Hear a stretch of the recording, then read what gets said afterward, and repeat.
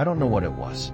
Some sort of weird delusion? A culmination of stress from days of little sleep and caffeine-spiked semi-consciousness? I can get pretty addicted to coffee.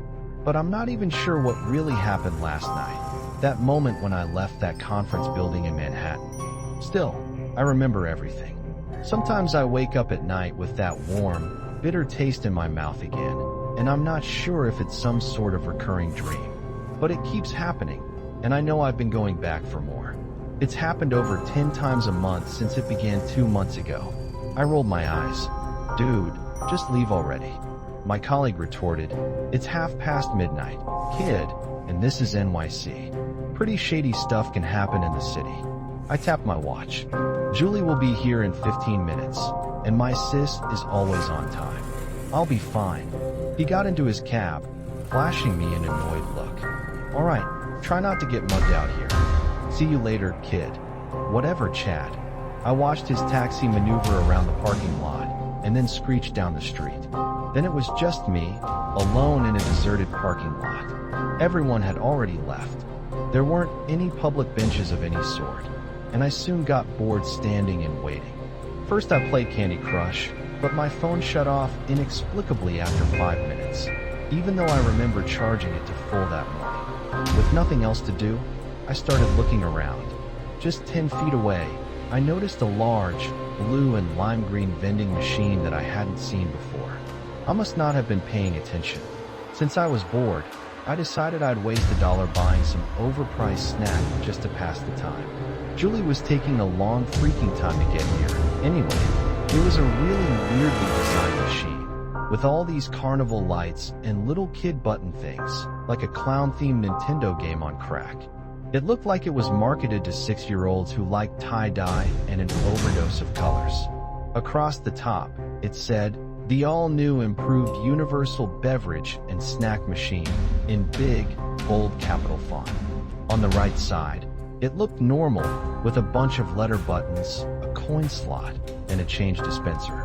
There was a compartment that the cups and drinks probably came out of, and a push-in safety door thing you'd see on most snack vending machines. On the left, it got pretty confusing. What the heck did USAM stand for? Or BRI and CATA, for that matter?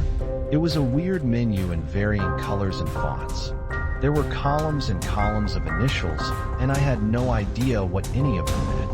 I'm guessing they all stood for some shit, and that whoever designed this stupid machine must have needed more space.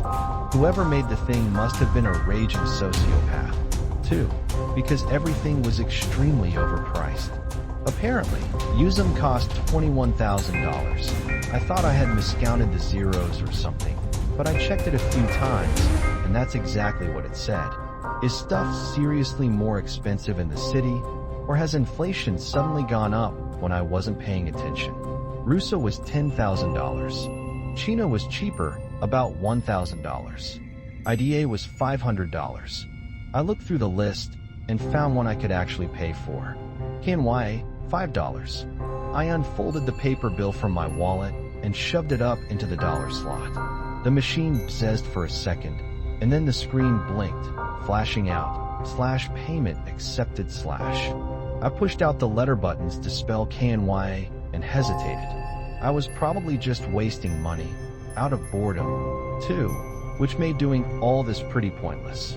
Julie was probably going to be here any minute now, but I'd already stuck with it so far, and who knew if this shitty machine would even give my money back. I pressed the bottom marked confirm. I'm not making this part up, I swear. I heard a gunshot and a child screaming and screaming and screaming. I stood there in shock, my hand still on the button, and the machine started to move, vibrating and grinding and churning and gurgling like a washing machine with a brick thrown into it. Thunk! A paper cup dropped into the compartment. The screaming didn't stop.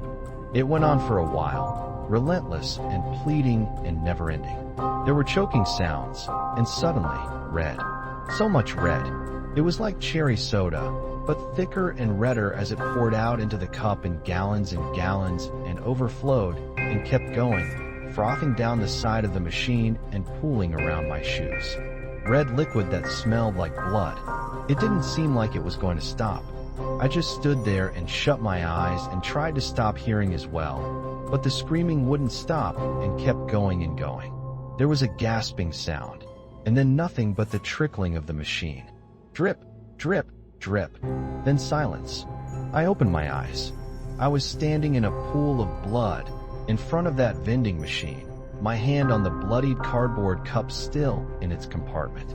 On its side, in slanted, orange, bubbly writing, it said, Kenya, exotic new tastes at the greatest prices brought to you fresh, with cartoons of trees and animals and stick figures.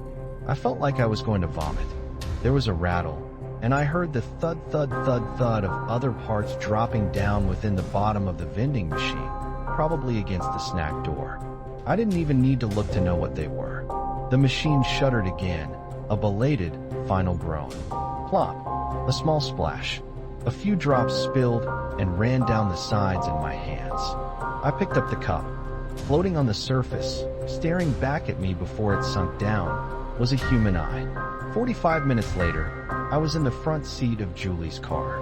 Sorry about being late, little bro. There was a weird power outage and the streetlights and traffic lights stopped working. I would have called, but my phone's not working. I know you're pissed, but I got here as fast as I could.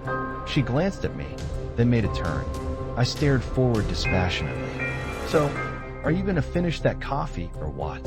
Written by Pseudobot, originally uploaded on October 23, 2013. Content is available under CC by SA.